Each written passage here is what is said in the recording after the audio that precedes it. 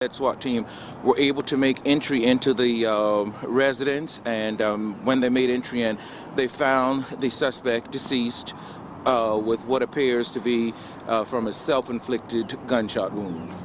How long ago did that happen? We probably within the last 20 minutes, 30 minutes or so, is when they began to make entry into the residence, and again, as I said, ended with finding the suspect deceased. Where in the home was he? What was kind of that process like when they went in to go get him? Now, that I don't know right now because things are still fluid, so I'm not sure which specific room that he was in, but as I said, he was found deceased inside of the home. When you talked to us earlier, you told us that the negotiations were going on. Were there conversations with the suspect, or was it just ultimately a breakdown and you had to go inside? No, it was ongoing conversations, and if I'm not mistaken, it was probably within the two and a half, maybe even 3 hours of negotiations that were taking place at the time. Any evacuations around the area? No, no. Everyone, we contacted folks that were immediately surrounding the residence and just asked them that they would stay inside, and they did. What kind of information were you able to gather from the people that were in the house about the suspect? Well, that we're not going to discuss that because, of course, it's an ongoing investigation. But I know our guys were able to speak with them once they exited the location.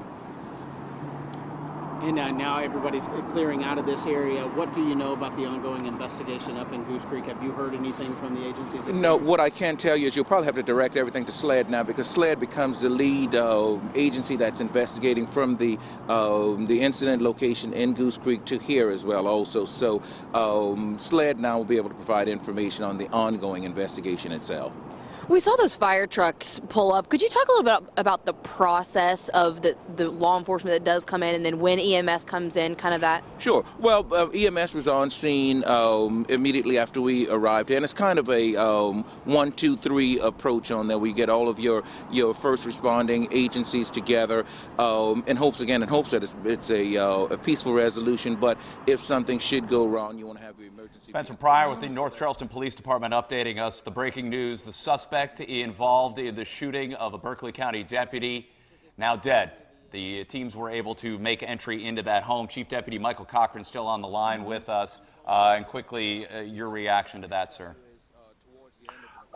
Well, yeah, that's, I'm glad our deputy is in stable condition, and it's unfortunate the suspect passed. But if he had just given up peacefully, this wouldn't have happened. So it's unfortunate, but we are glad that our deputy's safe. I wanted to get back to that second suspect. Do you have any information on who that person may be? Any leads on where they could be at this point? That I do not. I know I've been in the hospital since about 1:30 this morning, and we've got we called in SLED to handle the anytime a deputy is shot. SLED's going to come out and handle that part of it. So SLED's been assisting, and we've a team out there, and then I've been at the hospital. So as far as particulars on the second suspect, I don't have that. Deputy Cochran, you mentioned that the deputy remains in serious but stable condition this morning. Can you tell us where she was shot? I can't go into the particulars on that, not that I can release. I know I'm still waiting to talk to the doctors, but the last I spoke to medical staff, they told us that deputy was stable, which is a good sign. Like I said, the family's here, and that's also good. So we're just hoping for a speedy recovery. This deputy hasn't been with the force all that long. No, the deputy worked in corrections for about 1.5 years, 2 years, and then it's been on the road. February was a year. And deputy's got a zest for the job. I spoke to her briefly before surgery, and she was more mad than anything else, which is a good sign.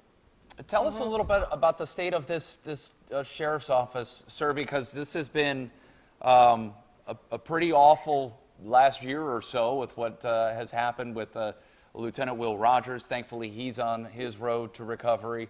But eerily similar situation. I mean, at the middle of the night, a shooting that occurs, and now in a standoff with the suspect, and how difficult it is morale-wise for your force.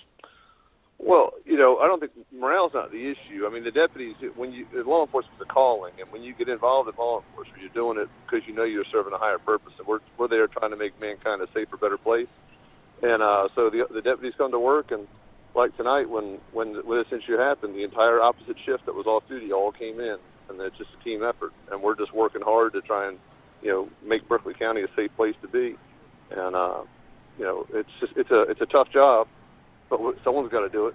All right, And Deputy we're glad Cochran. you're there to do it. Thank you, Thank sir. you so much. And again, our thoughts and prayers are with the deputy this morning.